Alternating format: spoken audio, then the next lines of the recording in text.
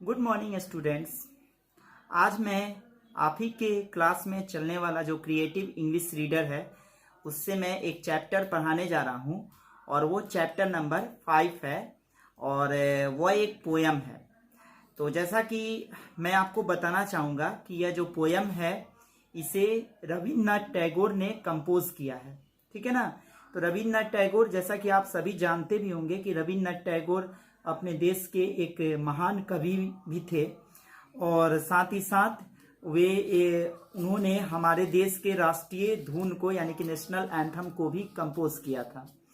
तो आइए हम लोग उनके द्वारा लिखे गए इस पोयम को पढ़ते हैं और वो पोयम है आपको आई फ्लॉट माई पेपर बोट्स। ठीक है ना। तो बच्चों, आप लोग भी जानते होंगे कि बचपन में जब आप छोटे होंगे, अभी भी आप छोटे हैं, अभी ऐसा नहीं है कि अभी आप बड़े हो गए हैं, तो बचपन में अक्सर क्या करते हैं बच्चे कि जब बारिश का मौसम होता है तो बारिश के मौसम में वे कागज का नाव बनाते हैं और कागज का नाव बनाकर और फिर उसको जहां तहां जैसे पानी लगा रहता है, बारिश में जब पानी लग जाता है ना, आंगन में लग जाता है, रोड पे लग जाता है, तो वहां पे वे लोग क्या करते हैं बच्चे, वहां पे वो कागज के नाव को छोड़ते हैं और उन्हें बहुत ही अच्छा लगता है। उन्हें इसलिए अच्छा लगता है क्योंकि उन्हें कहीं ना कहीं ऐसा महसूस होता है कि उनके द्वारा जो बनाया गया ये नाव है, ये बोट है, ये जरूर ये बहते बहते आगे जाएगा और बहुत दूर जाएगा और उनके संदेश को पहुंचाएगा। तो ऐसा बच्चों को लगता है। तो ठीक यही चीज है इस पोयम में। हम लोग इस पोयम में इसी चीज को जानेंगे। तो आइए शुरू करते हैं इस पोयम को। Day by day I float my paper boats, one by one down the running stream. ठीक है ना। तो एक बच्चा, जैसा कि आप यहाँ मैं दाहिने साइड में एक पेज को भी एडिट किया हूँ इसी चैप्टर को, तो आप देख सकते हैं कि एक बच्चा नीचे क्या कर रहा है, नाव, कागज का नाव बनाकर और वो नदी में छोड़ रहा है। ठीक है ना, उसको नदी में डाल रहा है। तो ठीक यही काम हम लोग भी किए होंगे बचपन में, मैं भी किया हूं और आप भी किए होंगे, है ना।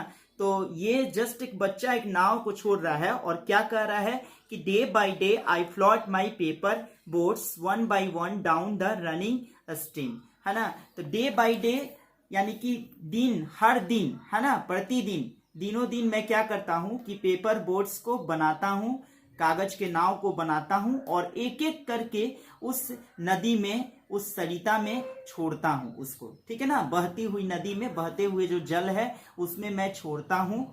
इन big black letters I write my name on them and the name of the village where I live. और फिर वो बच्चा बोलता है कि एक बड़े बड़े लेटर्स में, है ना, बड़े बड़े अक्षर में, और वो भी मैं क्या करता हूँ, वो बड़े अक्षर को काले अक्षर से, ब्लैक इंक का यूज करता हूँ। तो ब्लैक इंक से मैं अपने नाम को बड़े बड़े लेटर्स में लिखता हूँ और उस पे कागज का जो नाव मैं बनाया हूँ और साथ ही साथ उस पे अपने गांव का भी नाम लिखता हूँ। ठीक है ना, जहां से मैं बिलोंग करता हूँ उस गांव का भी नाम लिखता हूँ जहां मैं रहता हूँ। ठीक है ना। I hope that someone in some strange land will find them and know who am I।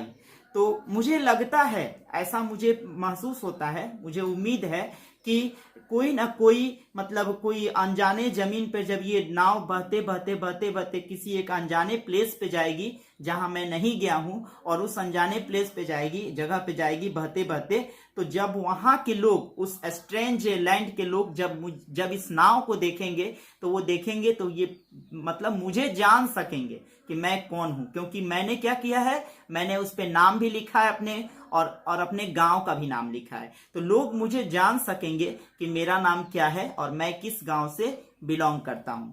ठीक है ना। इसके बाद है I load my little boats with shiuli flowers from our garden and hope. तो मैं क्या करता हूं, मैं मतलब ना अपने गार्डन से, मेरे पास गार्डन है और गार्डन से मैंने क्या किया है कि शिवली के फूलों को, शिवली एक प्रकार का फूल है ना, शायद अरुणिमा फूल को कहते हैं, तो शिवली के फूल को मैं क्या करता हूं कि बोट पे लोड करता हूं। ठीक है ना, उस पे लादता हूं, उस पे कैरी करने के लिए, तो उस पे मैं लोड करता हूं उन फूलों को जो अपने गार्डन से मैं तोड़ कर लाया हूं। And hope that these blooms of the dawn will be carried safely to land in the night. यहाँ पे ध्यान दीजिएगा, आपके बुक में राइट लिखा हुआ है, यहाँ राइट नहीं होगा बल्कि यहाँ पे नाइट होगा, ठीक है ना, क्योंकि मैं इस पोयम को जानता हूं, पहले भी पढ़ा हूं, वहां पे नाइट दिया हुआ था दूसरे बुक में।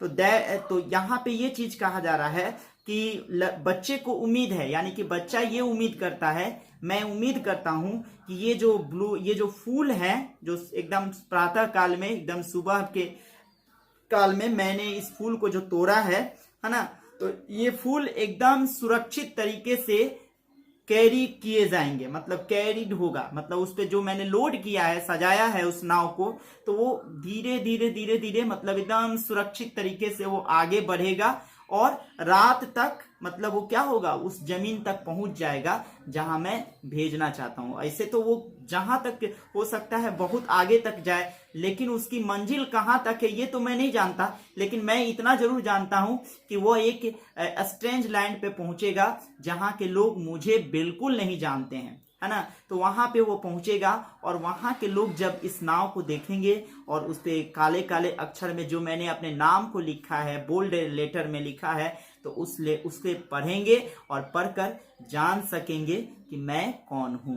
तो ये रहा आपका ये पोयम, जिसे रविन्द्रनाथ टैगोर ने बहुत ही खूबसूरती से लिखा था इस पोयम को, है ना।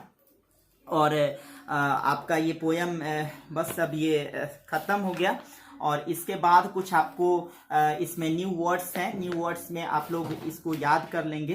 वैसे मैं बता दे रहा हूँ कि न्यू वर्ड्स में इसका क्या मतलब होगा। जैसे FLOAT फ्लॉट, फ्लॉट मतलब होता है तैरना, ठीक है ना, मतलब धीरे धीरे जो पानी में तैरता है उसको हम लोग फ्लॉट बोलते हैं। पानी में जब हम किसी चीज को डालते हैं तो वो फ्लॉट कराता है। फिर STREAM स्टीम, स्टीम मतलब होता है छोटी नदी, जिसको हम लोग सरिता भी कहते हैं। इसके बाद लिखा हुआ है स्ट्रेंज, स्ट्रेंज यानी कि स्ट्रेंज मतलब होता है जो मतलब ना अनजाना जगह होता है, अनजाने लोग, मतलब स्ट्रेंज पर्सन को भी हम लोग कहते हैं कि अजनबी, जिसको हम लोग अजनबी बोलते हैं। और स्ट्रेंज लैंड मतलब होता है कि अनजाना जगह जहां पे हम नहीं गए हैं कभी, उसको देखे नहीं है। इसके बाद शिवली, शिवली लिखा हुआ है SHIVILI, शिवली एक प्रकार का फूल है ना, एक प्रकार का फूल को कह सकते हैं। जैसा कि मैंने पहले भी बताया कि ये शायद एक अरुणिमा का फूल को कहते हैं, लेकिन पूरी तरह से कंफर्म नहीं हूं, लेकिन एक प्रकार का ये फूल है। इसके बाद है DAWN डॉन, डॉन मतलब होता है डे ब्रेक, है ना, डे ब्रेक यानी कि जो सुबह का जो समय होता है, प्रातः काल का जो समय होता है, तो उसको हम लोग डॉन बोलते हैं। तो चलिए आइए, अब आपका ये पोयम खत्म हो गया है। इसके बाद कुछ क्वेश्चन है इसमें, तो क्वेश्चन है तो आपको इसमें आंसर दिस क्वेश्चन को आप समझ लीजिए, मैं समझा दे रहा हूं कि इसमें क्या करना होगा। फर्स्ट क्वेश्चन है when does the child float the boats, ठीक है ना, when does the child float the boats, मतलब पूछ रहा है कि बच्चा कब नाव को मतलब फ्लोट करने के लिए छोड़ता है, मतलब किस समय। तो आप जानते हैं कि वो रेनी सीजन में ही, जब पानी काफी ज्यादा बढ़ जाता है, बारिश के मौसम में पानी बढ़ जाता है, तो इस चीज को आप अगर लिख सकते हैं तो लिख लीजिएगा। इसके बाद where does the child float the boats, बच्चा जो है वो अपने नाव को कहाँ तैरने के लिए छोड़ता है। तो आप जानते हो इन द स्ट्रीम, है ना, सरिता में छोटी छोटी नदियों में वो छोड़ता है। फिर इसके बाद what does the child load on the boats, मतलब अपने बोट्स पे बच्चा क्या लोड करता है, क्या उस पे मतलब रखता है। तो शिवली का फूल जो है ना, तो वो चीज आप लिख दोगे, the child loads Shivli on the boat, Shivli flower on the boats. इसके बाद है what does the child hope, मतलब बच्चा क्या उम्मीद करता है, ठीक है ना। तो आपको ये भी बताया जा चुका है कि बच्चा ये उम्मीद करता है कि वो एक, उसका जो नाव है वो एक स्ट्रेंज जगह पे जाए और उसको लोग जान सके कि वो कौन है, ठीक है ना। इसका from where does the child collect flowers, मतलब जो बच्चा है वो कहाँ से मतलब फूल को कलेक्ट करता है, मतलब कहाँ से जमा करता है फूल को, तो वो अपने गार्डन से तोड़ता है, ठीक है ना। तो इस क्वेश्चन आंसर, ये जो क्वेश्चन आंसर है आपका एक्सरसाइज में, अगर बना सकते हैं तो बना लीजिएगा, नहीं बना सकते हैं तो फिर मतलब मुझे बताइएगा, मैं आपको इसको सजेस्ट करूंगा कि किस तरह से इसका आंसर दिया जाएगा। इसके बाद का जो भी ऑब्जेक्टिव क्वेश्चन है 2 number, 3 number, 4 number, 5 number and 6 number 7 number, yes 7 questions हैं, 7 क्वेश्चंस को आप डील करेंगे, अपने बुक में ही डील करेंगे। और जो नहीं समझ में आए आप जरूर इसमें कमेंट करके पूछ सकते हैं मुझसे, व्हाट्सएप ग्रुप में भी पूछ सकते हैं या यूट्यूब वीडियो में भी आप मेरे से सवाल कर सकते हैं, मैं आपके सवाल का जवाब दूंगा। तो ठीक है, तो आज का आपका क्लास बस इतना ही तक, और मुझे इजाज़त दीजिए। अब मैं इस क्लास को यहीं पे स्टॉप करता हूँ। थैंक यू, धन्यवाद।